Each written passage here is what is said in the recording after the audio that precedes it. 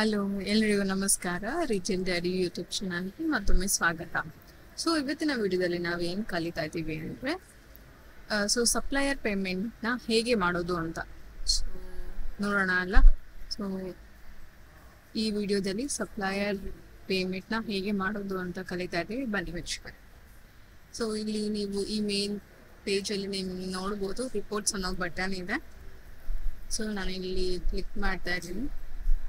ಇಲ್ಲಿ supplier ledger ಅಂತ ಇದೆ, ಕಾಣ್ತಿದ್ದಲ್ಲ, ಇದನ್ನ ಕ್ಲಿಕ್ ಮಾಡ್ತಾ ಇದ್ದೀನಿ.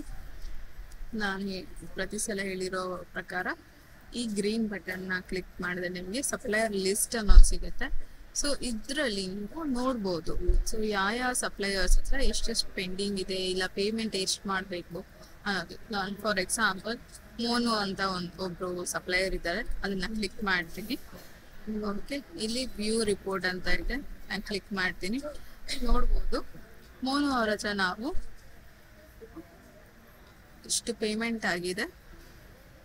ಓಕೆ, ಅದರಲ್ಲಿ ಡೆಬಿಟ್ ಅಂಡ್ ಕ್ರೆಡಿಟ್ ಪೇಮೆಂಟ್ಸ್ ನೀವು ನೋಡ್ಬೋದು ಇಲ್ಲಿ. So balance amount, closing balance amount ಎಷ್ಟಿದೆ? 14,661 ರೂಪಾಯಿ ಇದೆ. ಸೊ ಇದನ್ನ ಹೆಂಗಪ್ಪ ಕಟ್ಟೋದು? ಈಗ ಇದು ಮುಂಚೆ ಇದೆಲ್ಲ ಇಷ್ಟೆಲ್ಲ ಆಗಿದೆ.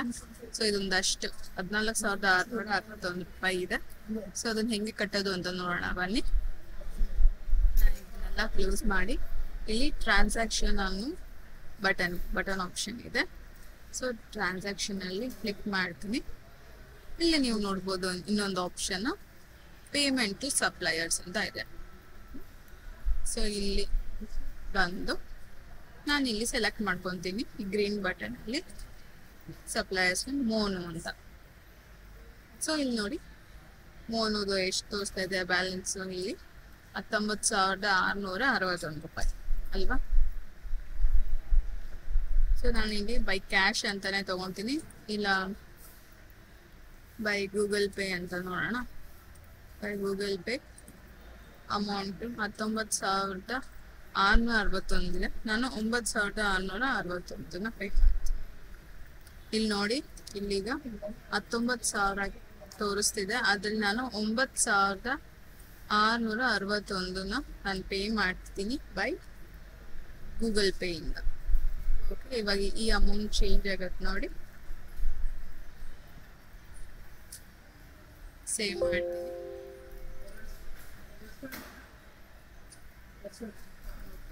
ನಾನೀಗ ಮತ್ತೆ ಇಲ್ಲಿ ಮೋನು ಅವ್ರು ತಗೊಂತೀನಿ. ಇಲ್ಲಿ ನೋಡಿ, ನಾನು ಆಗ್ಲೇ 9,000 ಕಟ್ಟಿದೆ, 9,661 ಕಟ್ಟಿದೆ. ಇಲ್ಲಿ ಆಟೋಮೆಟಿಕ್ ಆಗಿ 10,000.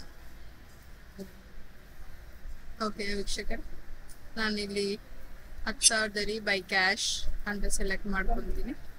ಬೈ ಕ್ಯಾಶ್ ಒಂದು 5,000 ರೂಪಾಯಿ ಕಟ್ಟಿದ್ದೀನಿ.